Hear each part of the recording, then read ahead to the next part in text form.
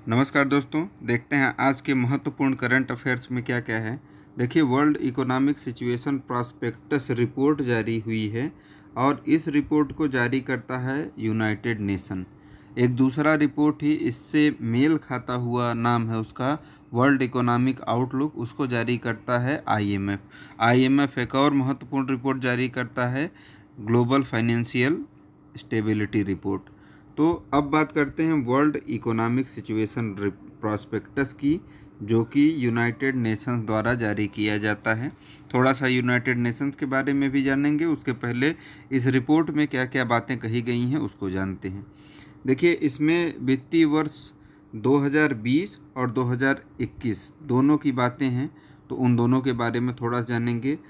जो global growth rate है वो उसमें क्रंच आएगा और 3.2% के आसपास रहेगा, ऐसा यूनाइटेड नेशंस के इस रिपोर्ट में कहा गया।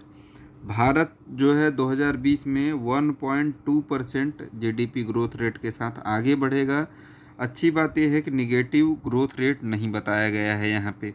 अभी हाल ही में नोमुरा, जो कि जापान की एक क्रेडिट रेटिंग एजेंसी है, उसने अपना रिपोर्ट जारी किया था। उसमें भारत के जीडीपी ग्रोथ रेट को -5.2% बताया था और उसी के ठीक पहले मूडीज़ ने 0% बताया था। तो ये सारी चीज़ें आप ध्यान रखिएगा। और यूनाइटेड नेशंस ने जो बताया वो पॉजिटिव में बताया 1.2%। और 2021 के लिए जो ग्रोथ रेट बताया है वो पॉजिटिव के साथ साथ काफ़ी इंक्रीजिंग ग्रोथ रेट रहा है। तो वो मैं आपको बताता हूँ। वैश्विक जो परिदृश्य है वो तो बताया गया है कि जो वैश्विक ग्रोथ रेट रहेगा उसमें सुधार की प्रवृत्ति रहेगी, लेकिन कितने प्रतिशत का सुधार रहेगा ये नहीं बताया गया है। ये परिस्थितियों के अनुसार आगे बताया जाएगा और यही सुधार की प्रवृत्ति भारत में भी रहेगी 2021 के फाइनेंशियल ईयर में। ठीक है, अब बात करते हैं यूनाइटेड नेशंस की। स्थापना इसका 26 जून 1945 में किया गया था। अभी जो इसके चीफ हैं उनका नाम है एंटोनियो गुटेरस, आप सभी को पता होगा, पुर्तगाल के नागरिक हैं। और जो सदस्य संख्या है वो है 193 और अभी जो 193वां नया सदस्य है वो सदस्य है साउथ सूडान। तो ये नाम याद रखिएगा आप, कई बार पूछा जाता है कि यूनाइटेड नेशन का सबसे नवीन सदस्य कौन है, तो वो है साउथ सूडान। हेडक्वार्टर जो है इसका वो न्यूयॉर्क में है। इसके अतिरिक्त कुछ इसके अनुषांगिक संस्थाएं हैं, वो भी मैं आपको बता देता हूँ। जैसे WHO जो बहुत अभी चर्चा में रहा है, UNESCO, United Nation Security Council, इकोसॉक जिसे आप इकोनॉमिक एंड सोशल काउंसिल कहते हैं, ये सब सारी संस्थाएं जो हैं वो यूनाइटेड नेशन की सब्सिडियरी बॉडीज़ हैं।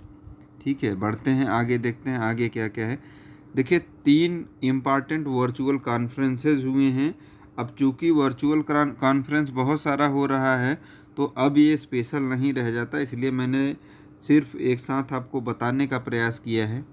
जब वर्चुअल कॉन्फ्रेंस नहीं होते थे तब इम्पॉर्टेंस रहता था इन सारी चीज़ों का।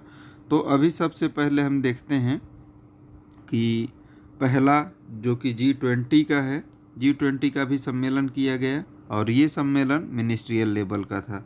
दूसरा है संघाई सहयोग संगठन का, इसका भी वर्चुअल बैठक हुआ, लेकिन इसमें जो विदेश मंत्री हैं वो लोग शामिल थे। मंत्रालय आप ध्यान रखिएगा। कॉमनवेल्थ का भी वर्चुअल हुआ बैठक और उसमें स्वास्थ्य मंत्री लोग शामिल थे, चूँकि वो कोरोना वायरस से निपटने के लिए चीज़ें थी।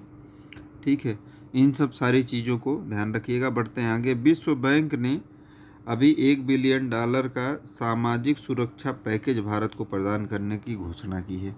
अभी हम लोगों ने लास्ट वीडियो में पढ़ा था कि इतनी ही राशि को न्यू डेवलपमेंट ने भी घोषित किया है भारत को प्रदान करने के लिए।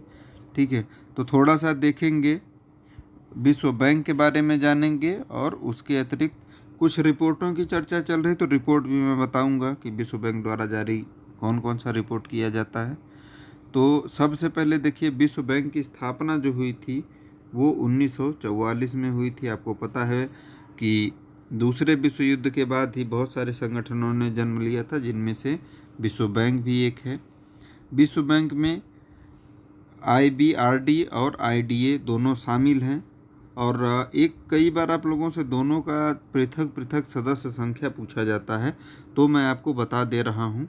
देखिए, IBRD जो है उसके सदस्यों की संख्या 189 है, और जो IDA है उसके सदस्यों की संख्या 173 है। तो आप इतना ध्यान रखिएगा, ठीक है। अब विश्व बैंक की बात चल रही है, तो देखिए विश्व बैंक द्वारा जारी किया जाता है एक रिपोर्ट जिसका नाम है ease of doing business report, जो कि सभी परीक्षाओं में बहुत ही हाईलाइटेड रहता है, अक्सर पूछा जाता है। Ease of doing business report जो अभी जारी किया गया था, उसमें भारत ने एक लंबी छलांग लगाई है, और वो छलांग है 14 रैंक की। 63 रैंक हुआ है अभी इस बार भारत का, और इसके पहले इसकी जो रैंकिंग थी वो 79 थी। तो अंतर जो है वो 14 रैंक का रहा है। इसके अतिरिक्त एक वर्ल्ड डेवलपमेंट रिपोर्ट भी जारी करता है विश्व बैंक। विश्व बैंक के जो वर्तमान अध्यक्ष हैं डेविड माल्पस हैं, और इसका हेडक्वार्टर जो है वाशिंगटन DC में है। वाशिंगटन DC में DC को आप जानते ही होंगे, डिस्ट्रिक्ट ऑफ कोलंबिया। तो ये सारी चीज़ें रहीं विश्व बैंक के बारे में। बढ़ते हैं आगे। देखिए, राजनाथ सिंह ने अभी वीडियो कॉन्फ्रेंस के जरिए ICGS सचेत और 2 नौकाओं का जलावरण किया है, ठीक है।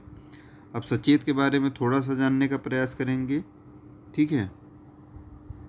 तो सबसे पहले जो टर्म यूज किया गया है ICGS, ये क्या होता है? ये होता है इंटीग्रेटेड कोस्ट गार्ड सिस्टम, ठीक है। देखिए, ये इंडियन कोस्ट गार्ड जो है इसका इस्टेब्लिशमेंट 1978 में किया गया था। ये भी आपसे पूछा जा सकता है, कई बार पूछा भी गया है, तो ये ईयर आप ज़रूर ध्यान में रखिएगा। और ये जो सचेत है, सचेत को विकसित किया है, इसका मॉडल डिज़ाइन किया है गोवा शिपयार्ड लिमिटेड द्वारा।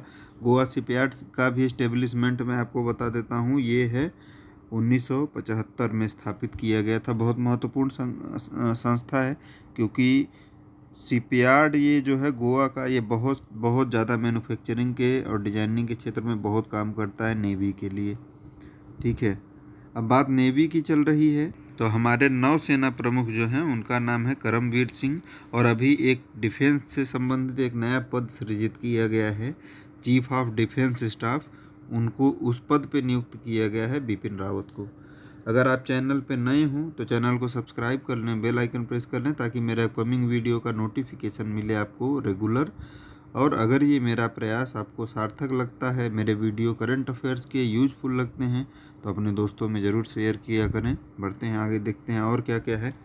देखिए, COBAS 6800, ये केंद्रीय स्वास्थ्य मंत्री ने एक, ये जो है थोड़ा सा यहाँ टाइपिंग का मिस्टेक है, ये है कोविड टेस्टिंग मशीन है ये, इसे राष्ट्र को समर्पित किया है। तो अभी वर्तमान में जो स्वास्थ्य मंत्री हैं हमारे डॉक्टर हर्षवर्धन, उन्होंने समर्पित किया है। अब इसको स्टेबल किया गया है राष्ट्रीय रोग नियंत्रण सेंटर जो है दिल्ली में, वहाँ पे इसको स्टेबल किया गया है।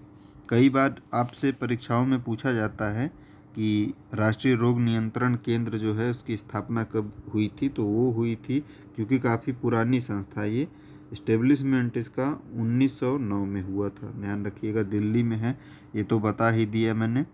ये जो है कोविड के टेस्ट के अतिरिक्त क्या क्या करेगा, ये करेगा वायरल हेपेटाइटिस B और C का, HIV का, MTB का इत्यादि सभी रोगों का ये जांच करेगा। तो ये ध्यान रखिएगा। बढ़ते हैं आगे। मातृ स्मृति योजना, ये वेस्ट बंगाल की योजना है, और इस योजना में बागवानी और मत्स्यन कराया जाएगा। बंगाल के 6 ज़िलों में 50,000 एकड़ जो बंजर ज़मीन है उसमें इन सारी चीज़ों को कराया जाएगा। तो दोनों क्षेत्रों को शामिल किया जाएगा, मत्स्य और बागवानी। अब बात वेस्ट बंगाल की चल रही है, तो सभी को पता है कि मुख्यमंत्री ममता बनर्जी हैं वहाँ की, जिन्होंने इसकी घोषणा की है, और राज्यपाल जगदीश धनखड़ हैं। तो ये चीज़ें आप ध्यान में रखिएगा। और अभी टाइगर्स की जो पॉपुलेशन है वो सुंदरबन में इंक्रीज हुई है। 2 या 3 दिन पहले के करंट अफेयर्स में मैंने आपको बताया था कि वेस्ट बंगाल के सुंदरबन में पहले 88 थी, अभी 96 संख्या हो गई है टोटल। सुंदरबन देखिए नेशनल पार्क भी है, टाइगर रिजर्व भी है, वेटलैंड भी है, मैंग्रोव फॉरेस्ट भी है वहाँ पे, और पूरे विश्व का सबसे बड़ा मैंग्रोव फॉरेस्ट है, तो वो ध्यान रखिएगा। उसके अतिरिक्त बुक्सा नेशनल पार्क है, गोरुमारा है, नेवला वैली नेशनल पार्क है, वो भी वेस्ट बंगाल में ही है। जल्दापारा नेशनल पार्क वो भी वेस्ट बंगाल में है। इन सभी के साथ साथ वेस्ट बंगाल से संबंधित एक चर्चित मुद्दा और रहा है, वो है वेस्ट बंगाल में जो कोलकाता बंदरगाह है उसका नाम अभी हाल ही में परिवर्तित किया गया है। उसका नाम अब है डॉक्टर श्यामा प्रसाद मुखर्जी पोर्ट। तो ये चीज़ें ध्यान रखिएगा। चावल के निर्यात को प्रोत्साहित करने के लिए चावल निर्यात संवर्धन मंच की स्थापना की गई है, और इस मंच की स्थापना एपीडा द्वारा किया गया है। तो थोड़ा सा एपीडा के बारे में भी जान लेते हैं। एपीडा है agriculture and processed food production export and development. इसकी स्थापना 1986 में की गई थी और हेडक्वार्टर इसका दिल्ली में है। एग्रीकल्चर से संबंधित ये एग्रीकल्चर मार्केट से संबंधित स्पेशली सबसे अपेक्स बॉडी है ये, और सबसे ज़्यादा ध्यान देने वाली बात ये है कि ये एग्रीकल्चर मिनिस्ट्री के अंदर नहीं आता, ये आता है ministry of commerce and industry के अधीन। तो इतनी सारी बातें स्पष्ट रूप से ध्यान रखिएगा। अगर आप चैनल पर नए हैं तो चैनल को सब्सक्राइब कर लें, बेल आइकन प्रेस कर लें। इस वीडियो में इतना ही, धन्यवाद।